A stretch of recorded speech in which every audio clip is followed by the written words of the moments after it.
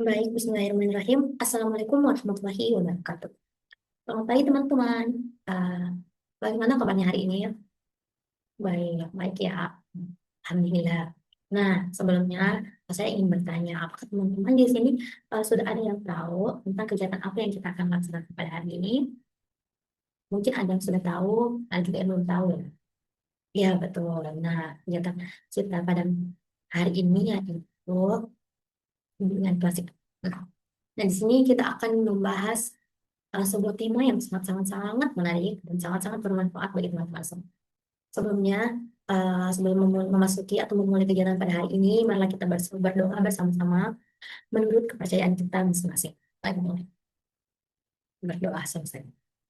Nah, teman-teman, kira-kira hari ini ada yang tahu tidak kegiatan apa yang akan kita uh, laksanakan pada hari ini? Atau tema kegiatan kita hari ini apa? Hmm. Ya, jadi tema kita pada hari ini yaitu berani berpendapat, keterampilan, komunikasi asertif. Eh, di sini teman-teman ada yang sudah tahu apa itu komunikasi asertif? Belum, mungkin juga ada yang sudah tahu ya, tapi rata-rata belum. Nah, sebelum memasuki materi, kita lakukan speaking. Speakingnya setuju atau tidak setuju. Jadi nanti yang setuju angkat tangan, yang tidak setuju, jangan angkat tangan. Nah, kira-kira teman-teman pernah tidak takut bicara di depan kelas? Wah, banyak ya yang setuju. Pernah takut bicara di depan kelas ya? Pernah. Banyak sekali yang setuju rata-rata semua. Selanjutnya itu pernah tidak kalian diam padahal kalian itu tidak setuju. Wah, ada sebagiannya tuh dari kalian. Selanjutnya ada tidak dari kalian yang ingin lebih berani menyampaikan pendapatnya. Wah, semangatnya. Di kelas ini semangat ya, ingin berani menyampaikan pendapatnya. Nah, tema kita pada hari ini sangat sangat sinkron dengan teman-teman yang ingin lebih berani menyampaikan pendapatnya, teman-teman. Nah, eh, maka dari itu materi ini tuh sangat penting untuk teman-teman pelajaran. Nah, teman-teman, eh, kadang pasti teman-teman kalian ingin berbicara, tapi teman-teman takut salah atau takut ditolak. Dan pasti ada juga orangnya yang dari teman-teman di sini orangnya yang kebalikannya itu. Dia lebih berbicara, lebih bisa berbicara terlalu bisa berbicara terlalu keras begitu. Nah, teman-teman, cara yang paling tepat eh, untuk kita berani tanpa takut salah, tanpa takut ditolak itu dengan menggunakan apa? Ya, komunikasi asertif. Nah, teman-teman ada tidak tahu apa itu komunikasi asertif? Sebelum membaca ini ya. Nah, jadi komunikasi asertif itu merupakan kemampuan dalam menyampaikan pendapat dengan jujur, jelas, tegas, sopan, dan juga menghargai orang lain. Nah, seperti pengertiannya bahwa komunikasi asertif itu dia menekankan kejujuran, seperti kejujuran dalam mengekspresikan diri, ketegasan dalam menyampaikan pesan, serta bagaimana kita menghargai lawan bicara kita. Nah, dengan komunikasi asertif, kita dapat mengungkapkan kebutuhan kita itu tanpa meragukan diri kita sendiri dan orang lain. Nah, sebelumnya, sebelum langkah ke selanjutnya, teman-teman ada tidak yang mau menonton video? Banyak ya. Ya. Jadi kita akan menonton sebuah video edukasi ya, terkait komunikasi asertif. Jadi teman-teman perhatikan ya bagaimana isi videonya, kemudian nanti setelah menonton videonya, teman-teman menyampaikan apa pesan yang teman-teman dapatkan dari menonton video tersebut. Selamat menyaksikan teman-teman.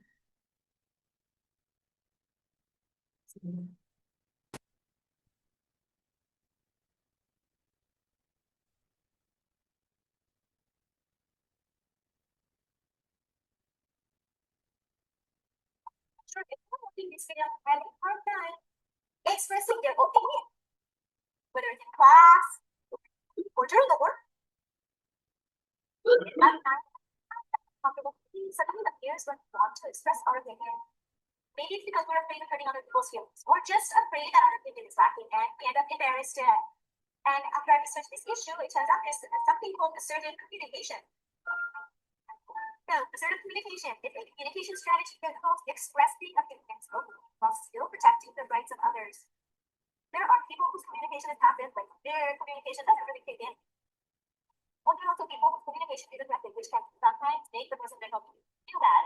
This person seems really selfish. And in the middle of that, there's communication that you can use the powerful communication strategy in class activity or in a meeting with your boss. Okay, without further ado, here are some ways you can practice assertive communication. First, prepare yourself before communicating. Understand what you want to communicate so that what is conveyed can be accepted by others without sorry and feel. Second, get to know the person you're talking to. There's no harm in finding out the character of the person you're talking to so that it will be easier for communication. Third, maintain eye contact with the person you are talking to and try to actively listen to their conversation so that you can stay connected. Fourth, speak to the point calmly and clearly. Don't be complicated and rush, okay? Lastly, number 5, focus on finding a solution and don't be emotional or upset. Okay, so that's assertive communication and good luck practicing it, guys. Did you know, guys? This video is because we are going to hold a webinar discussing assertive communication, which is definitely very needy. Well, wait for further information on this channel or on Instagram. To start, yes, so you know, Nah, itu tadi video singkat terkait komunikasi asertif. Nah, kira-kira pesan apa yang teman-teman dapatkan dari video tersebut? Ya, coba silahkan. Kita harus berani berbicara dengan betul. Nah, mungkin yang lain ada yang ingin menyatakan pendapatnya? Ya, silakan. Oh iya, dalam video tadi kan ini di saat seseorang memberikan atau berkomunikasi dengan kita secara excited, menyampaikan informasi secara excited pada kita, kita harus kita tidak boleh membalasnya hanya dengan oke, oh itu bukan asertif ya, apalagi ya. Bagus sekali teman-teman. Jadi di sini mungkin sudah ada yang paham apa itu komunikasi asertif ya. Nah, selanjutnya yaitu ada gaya komunikasi asertif. Di mana di sini 3 ya, 4, harusnya 4, ada 1. Yang pertama itu komunikasi pasif. Komunikasi pasif itu kayak cenderung diam dan dia takut berbicara.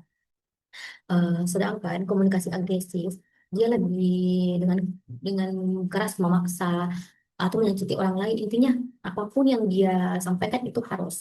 Beda dengan pasif. Kalau pasif itu cenderung mungkin dia lebih banyak diam karena takut sih begitu.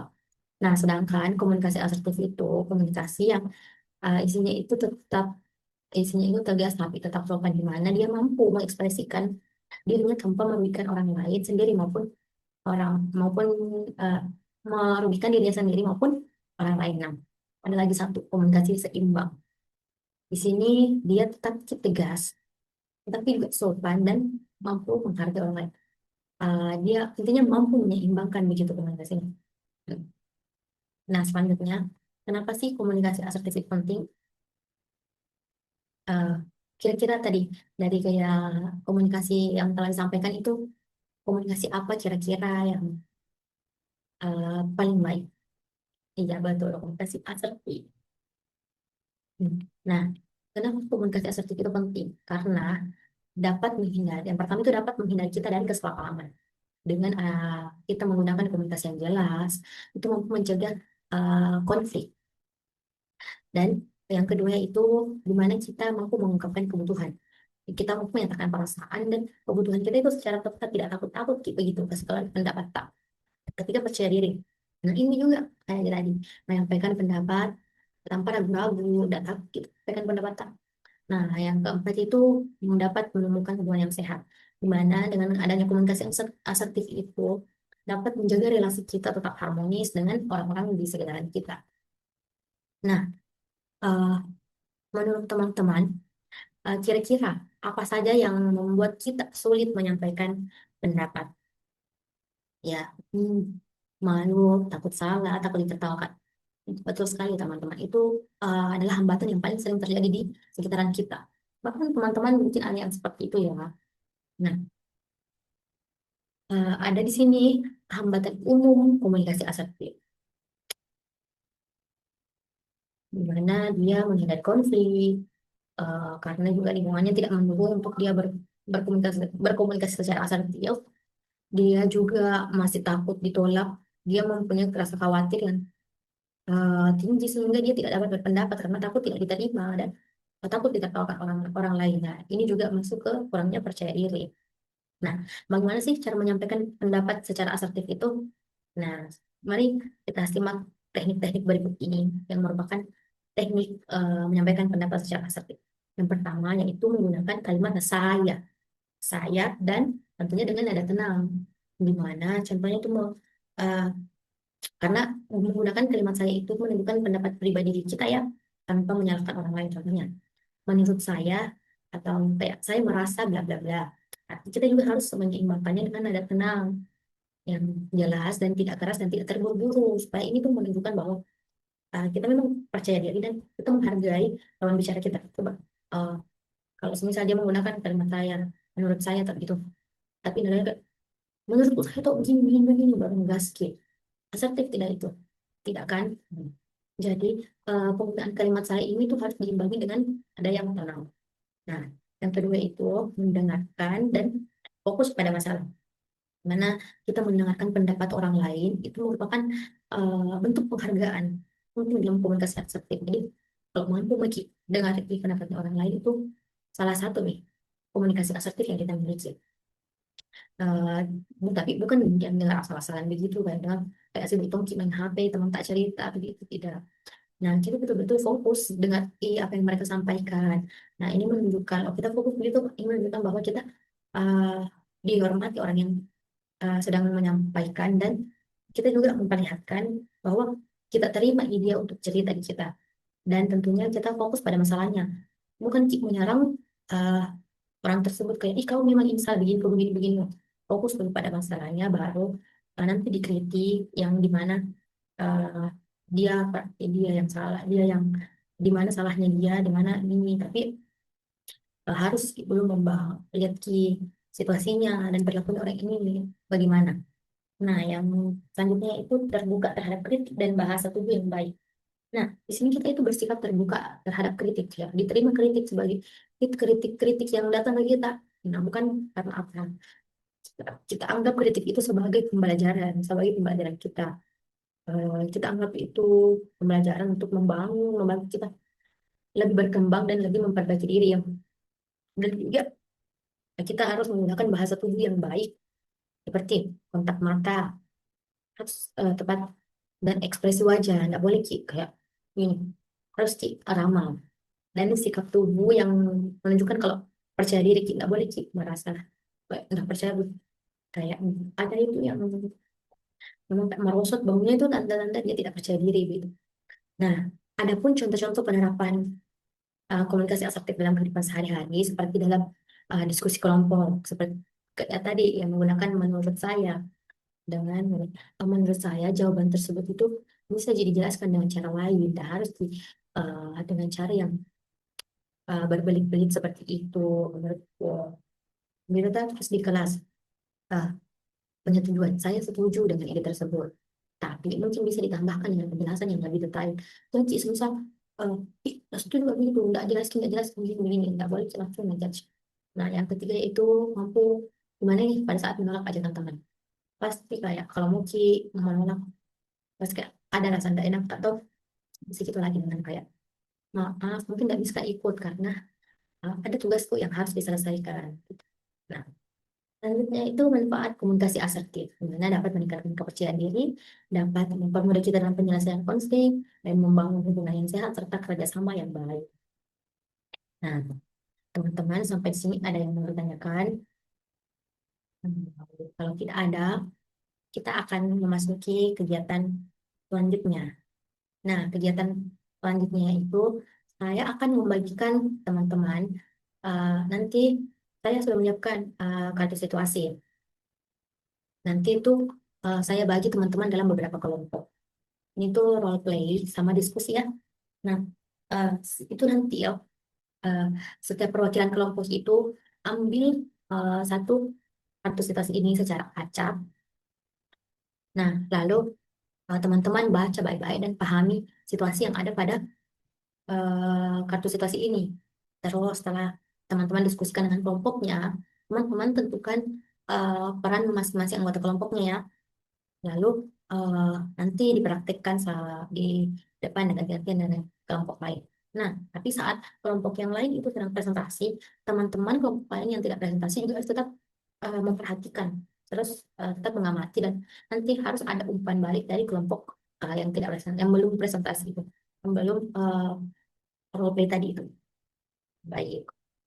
Nah, nah setelah teman-teman tadi melakukan role play, apa sih yang paling sulit teman-teman lakukan tadi dan apa alasannya? Ya, kalau dari kelompok tiga, apa perbedaan antara respon asertif dan agresif dalam situasi yang tadi kelompok tiga mainkan? Ya, selanjutnya kelompok dua, bagaimana perasaan teman-teman saat berhasil menyampaikan pendapat secara asertif?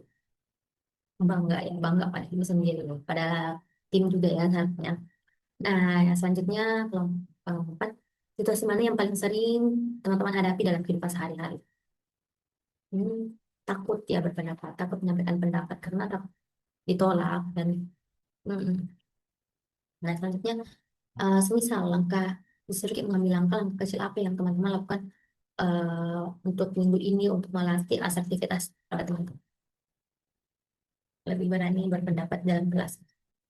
Nah, eh, itulah tadi ya materi terkait komunikasi asertif dari saya dan juga tadi ada beberapa kegiatan seperti menonton video dan melaksanakan role play ya. Nah, eh, teman-teman, kira-kira pelajaran apa yang teman-teman dapatkan pada pertemuan kali ini? Baik, silakan. Bagus sekali. Jadi didapat teman tadi eh, teman-teman teman dari perwakilan dari teman-teman itu menyampaikan bahwa dia dapat pelajaran yaitu di mana dia sudah mengetahui bagaimana cara menyampaikan pendapat dengan sopan dan percaya diri. Bagus sekali. Nah, mulai minggu ini boleh tidak teman-teman kita coba berani menyampaikan pendapat di kelas, di rumah atau bahkan di lingkungan sekitar kita. Ingat ya bahwa pendapat kalian itu penting dan berharga. Jadi jangan merasa takut untuk menyampaikan pendapatnya. Terima kasih itu tadi pemaparan materi dari saya. Lebih dan kurangnya mohon dimaafkan. Wabillahi taufiq wal hidayah. Wassalamualaikum warahmatullahi wabarakatuh.